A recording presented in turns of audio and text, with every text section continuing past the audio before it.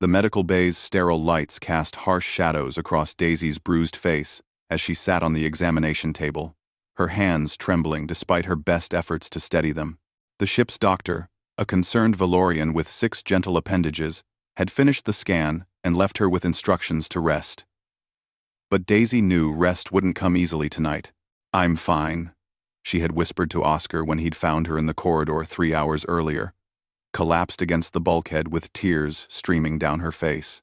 Her voice had been barely audible, more breath than sound, and Oscar had known immediately that she was anything but fine. Oscar Martinez stood outside the medical bay now, his jaw clenched so tightly that his teeth ached. The security footage played on his datapad for the 7th time, showing what had happened in the cargo bay. Commander Velthax, a Craxian officer serving on their joint coalition vessel, had cornered Daisy during her shift. The audio was clear enough. Her refusals. His threats. The moment she'd tried to leave, and he'd struck her across the face with enough force to send her sprawling. Humans were supposed to be weak. That's what the Galactic Coalition had believed when Earth joined their ranks 5 years ago.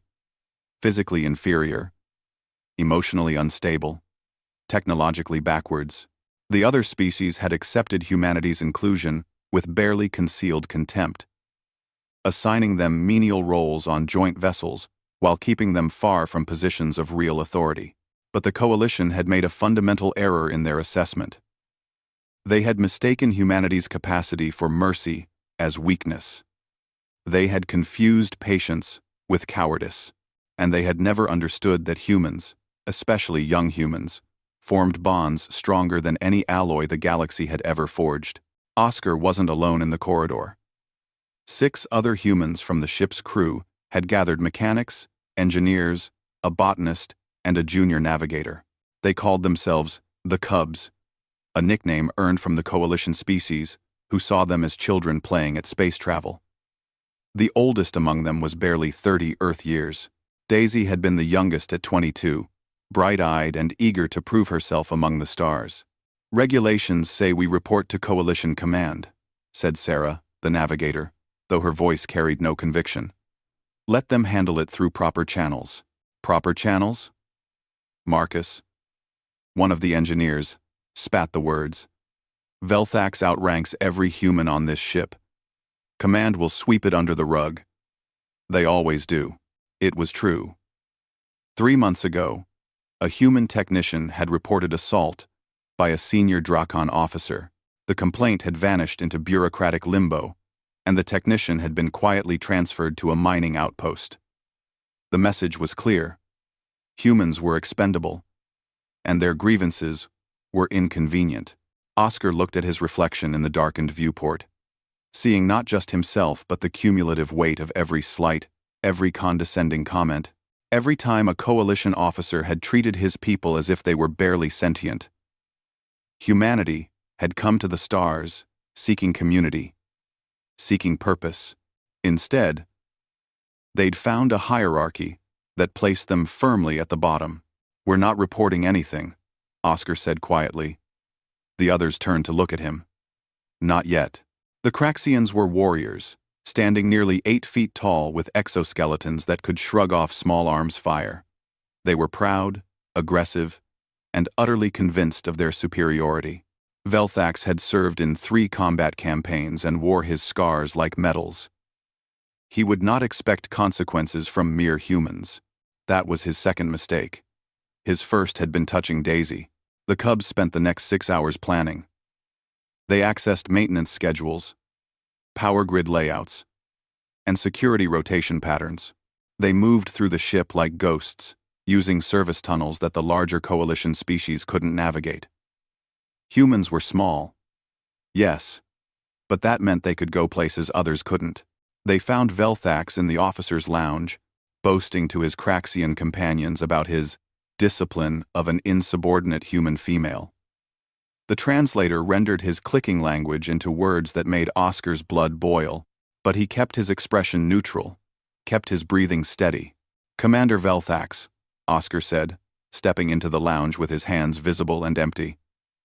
"We need to discuss an incident involving Specialist Daisy Chen." Velthax's mandibles clicked in what the translator rendered as laughter. The female who couldn't follow simple instructions? What is there to discuss? Child. Accountability. Oscar replied.